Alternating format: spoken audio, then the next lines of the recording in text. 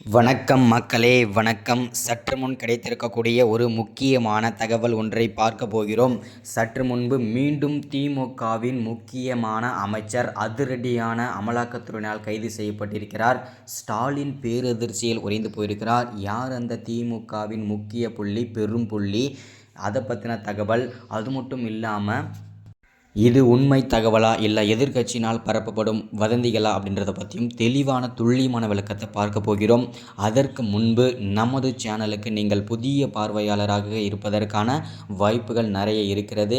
முடிஞ்ச அளவுக்கு எல்லாரும் மறக்காமல் நமது அரசியல் நியூஸ் சேனலுக்கு சப்ஸ்கிரைப் பண்ண மறந்துடாதீங்க.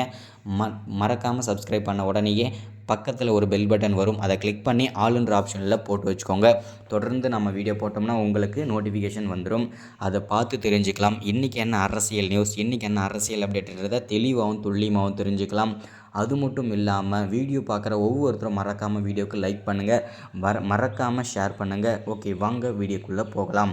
சற்று முன்பு கிடைத்திருக்கக்கூடிய ஒரு முக்கியமான பரபரப்பான அதிர்ச்சிகரமான சோகமான தகவல்னு கூட சொல்லலாம். திமுக ஆட்சியை பொறுத்த வரைக்கும் கடந்த ஒரு 2-3 மாதங்களாகவே, ஏன்னா 2-3 மாதங்களாகவே திமுகவோட முக்கியத்துறை அமைச்சர்கள் எல்லாமே பார்த்தீங்கன்னாக்கா அமலாக்கத்துறையிடம் சிக்கி சின்ன பின்னமாக ஆகிட்டு வந்துட்டுருக்காங்க.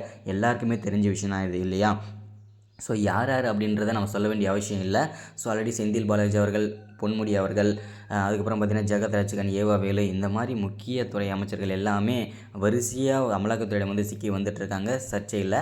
அந்த வரிசையில் மீண்டும் ஒரு திமுகவின் முக்கிய அமைச்சர், முன்னாள் கூட்டுறவுத்துறை அமைச்சராக இருந்த பெரியசாமி அவர்கள் தற்போது அதிரடியாக அமலாக்கத்துறையினால் கைது செய்யப்பட்டிருக்கிறார். என்ன காரணம் அப்படின்னா, தவறான முறையில் பண பரிவர்த்தனை செய்த குற்றத்திற்காகவும், வருமானத்திற்கு அதிகமான சொத்துக்களை சேர்த்த குற்றத்திற்காகவும், கருப்பு பணங்கள் பார்த்தீங்கன்னாக்கா 300 கோடி ரூபாய் மேலே கருப்பு பணங்கள் வைத்திருந்த குற்றத்திற்காகவும், பெரிய அமைச்சர், முன்னாள் அமைச்சராக கூட்டுறவுத்துறை அமைச்சராக இருந்த பெரியசாமி அவர்களை அதிரடியாக அமலாக்கத்துறை கைது செஞ்சு புழல் சிறையில் அடைப்பதற்கான வாய்ப்புகள் நிறைய இருக்கிறது. அவரை இன்று விசாரணைக்காக சென்னை உயர்நீதிமன்றத்தில் ஆஜர்படுத்த உள்ளனர் அமலாக்கத்துறையினர்.